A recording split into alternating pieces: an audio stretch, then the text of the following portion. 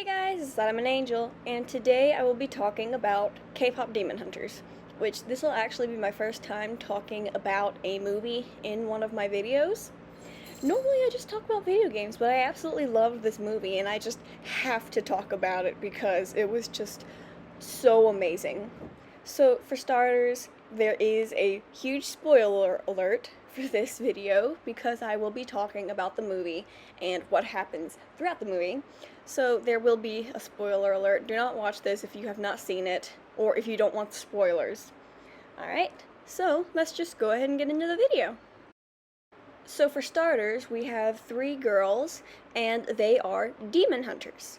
And the way that they fight the demons is through their music and through their song, and they use that music and song to cast a barrier over the world, protecting the people from demons who try to steal people's souls. And so we have our main character, her name is Roomie. She has purple hair and she has it in the braid. She is half demon, which causes a lot of conflicts considering the fact that she is a demon hunter. And then we have Mira, who is called the black sheep of her family. She is headstrong, and she is the pink-haired girl. And then we have Zoe. Zoe is just a flat-out cinnamon roll. Now, throughout the movie, we see that these girls are like a found family. So, Mira was not really accepted in her family because of her being the black sheep in her family. Roomie is half demon, so she does not really have a family. And her mother ended up dying when she was a baby. And then we don't really know much about Zoe, but we do know that she is a people pleaser and she's often seen as too much. So, they have become just like a group of sisters. And this actually does cause a lot of problems for Roomie because she has not told them that she's part demon. She's been taught her entire life to cover up the fact that she's part demon because it's a mistake. And she believes that she's a mistake and that her friends will not accept her for being part demon because they are demon hunters. And so she keeps it a secret. She hides from them, and they know that she's built these walls around her. And so that's causing a lot of tension in their relationships. And throughout the story, you can see that they're really close and that they really want Ruby to open up to them, but she just will not do it, and they know that. And then we get introduced to the Saja boys, who are this boy band group, and at first, when the girls see them, they are head over heels for them, until they realize they're absolute jerks. They quickly learn that these boys are actually demons who are trying to steal their fans and their fans' souls in order to take over the world. So, they immediately have to stop them. But they can't just flat out stop them because people will find out. And how would that look? So they have to do it inconspicuously. And all while going through this, Roomie is battling with the fact that she is part demon because her marks that show that she's part demon, they keep spreading. And it's getting to the point where she's struggling to hide it. And it actually gets to the point where it's affecting her voice and she cannot sing. And she needs her voice in order to help cast the barrier to save the world from the demons, as well as get rid of her demon parts. So she's struggling emotionally with, what if they find out? What if they don't accept me? What if I lose my best friends? So she's struggling, and it's incredibly obvious that she's struggling because every time they're fighting, she's clearly distracted, and they're having to, save her more and more, even though she's, the leader. Eventually, one of the Saja boys, in my absolute favorite scene, sends his tiger and his bird to send a message to Roomie because he found out that she was part demon during a fight. Her coat got slit, and so some of her marks showed through. So he quickly found out that she's part demon. So he sends his tiger and his bird to send a message to her, asking to meet in my absolute favorite scene, because the little kitty knocks over the flower pot, and then he just keeps trying to fix it. It's just he picks it up, it falls back down. It picks it up, it falls back down. And he can't get it right, and it's being so polite. They're being so polite, but he can't get it right. And so eventually, Roomie, showing her kindness, just goes over and helps him and just fixes it, but she's still confused, like, what the heck is this demon tiger thing doing on my patio? And she fixes the plant, cat knocks it over again, so she just starts laughing because it keeps trying to fix it, and she's like, oh no, don't worry about it. And then the bird is just so done. And so she gets the message, she goes and meets him, and the first thing she does is chop off his head. But then she realizes it was just a mannequin, so he's just standing there like, okay, that was just supposed to be a joke, but I'm glad I put that there, because you would have just cut off my head. So she's not happy. He confronts her. He's like, you're part demon. The others don't know, do they? And they actually end up developing this really close friendship, where he's demon, she's part demon, he's the only person who really knows. So he's the only person she can go to talk to, which he's the bad guy. So if her friends found out she was talking with him, they would be furious. And she knows this. But he's the only one that she can talk about her insecurities to, about being part demon, because he's the only person who's going to understand. And he's got insecurities as well.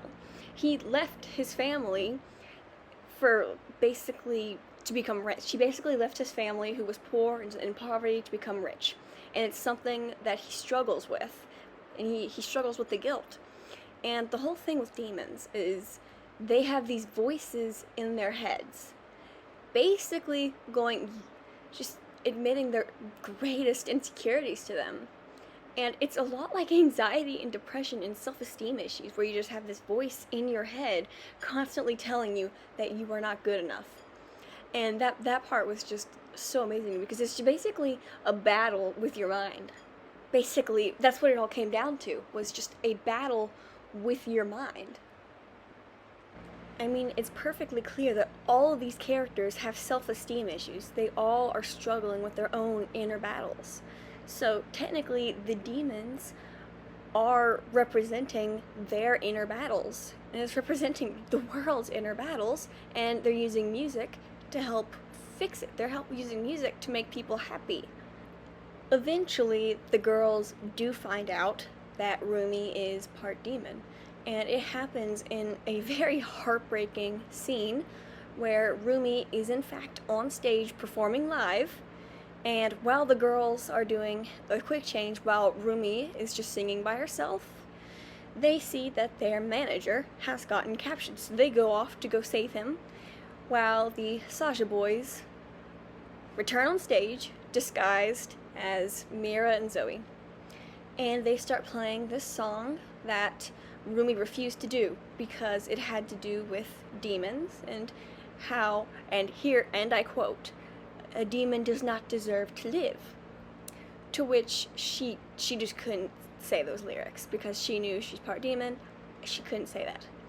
So they start performing the song, and Roomie, being an absolute professional, does not show that that was not supposed to happen. She just starts doing the choreography, and the Saja boys rip off her jacket, revealing her spreading marks, and Roomie just full-on breaks down on stage. She has a panic attack. She screams out, which causes her demonic powers to unleash, and she completely shatters all the lights with her scream. She runs off stage just devastated because the Saja boys, disguised as her best friends, said some really, really mean things to her. And so she thinks that that's actually them. So her biggest fear has just come true. Her friends are not accepting her. So she runs off stage just completely devastated and runs into her real friends, who are scared because their leader of the Demon Hunters is actually part demon. So in their fear, they pull out their weapons. So she's devastated and she just completely runs away. And she runs off to go and find Genu to confront him as to what had happened. And Genu reveals that him being her friend, it was all a trick. So she's upset. She tries to attack him, but he disappears.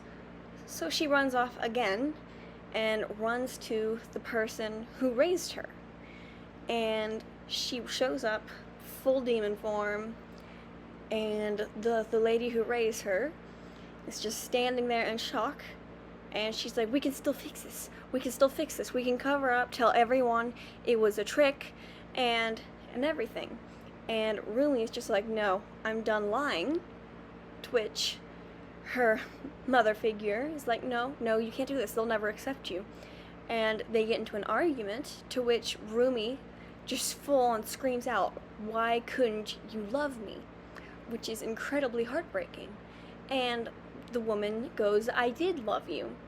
And Roomie goes, all of me.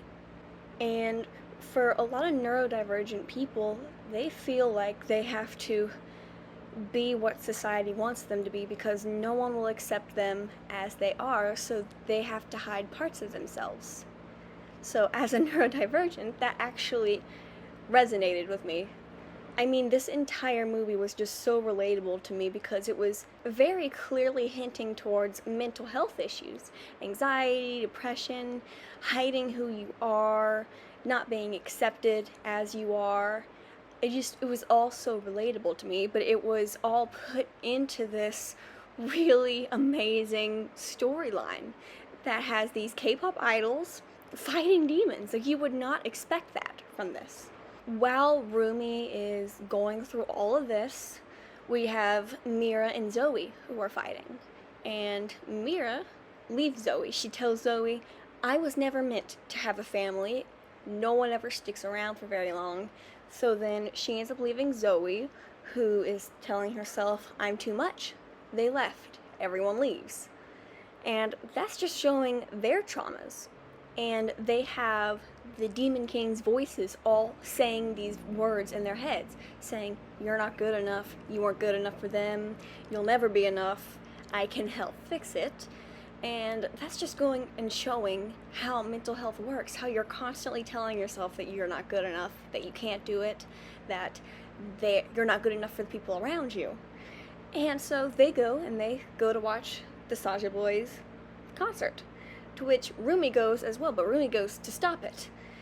And so Roomie goes, she starts singing, and the girls join in, and they end up defeating the Demon King and the Saja Boys, to which Jinu end up having a redemption moment where he saves Roomie. And this movie actually does leave off with several unanswered questions. Was the Demon King actually defeated? What happened to Jinu? And are the demons actually capable of feeling love? Because that was a debate constantly throughout the movie. Can the demons actually feel? That was never full on answered. It was answered that Roomie can feel, but what about the full demons? So I think that they are setting up for a second movie, but they wanted to do it in a way to where if the movie was not accepted, that the ending was satisfying enough to where it could just be one. So I'm really, really hoping that they will make a second movie, because it definitely deserves a second movie. Like, this movie was absolutely amazing.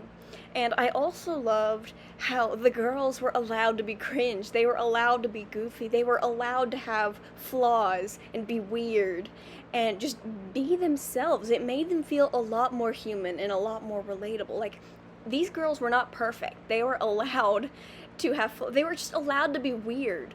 And I love the fact that they were allowed to be weird. Because in a lot of movies, the women are portrayed as perfect. And they don't have flaws, they're perfect, they look perfect, they're just not weird characters at all. And these girls were allowed to be, beautiful and be weird at the same time. And I absolutely loved it. Like, these girls were so relatable. Like, I think this is the most I've ever related to a movie other than Inside Out 2. So I absolutely loved this movie. And if you haven't watched it, you totally have to go watch it, because it is just so amazing. And I love it so much. And I was able to relate to Roomie, to Zoe, and to Mira, all the characters. And I absolutely loved it. And then we had the tiger and the bird, and I loved them so much. And hi, baby. I don't know if you could hear it, but my cat just meowed. Say hi, baby. Say hi. Say hi. Okay, Autumn's mad because I'm not paying attention to her, so I'm gonna get going and I'm gonna pay attention to her. So don't forget to like and subscribe, and I'll see you later. Bye.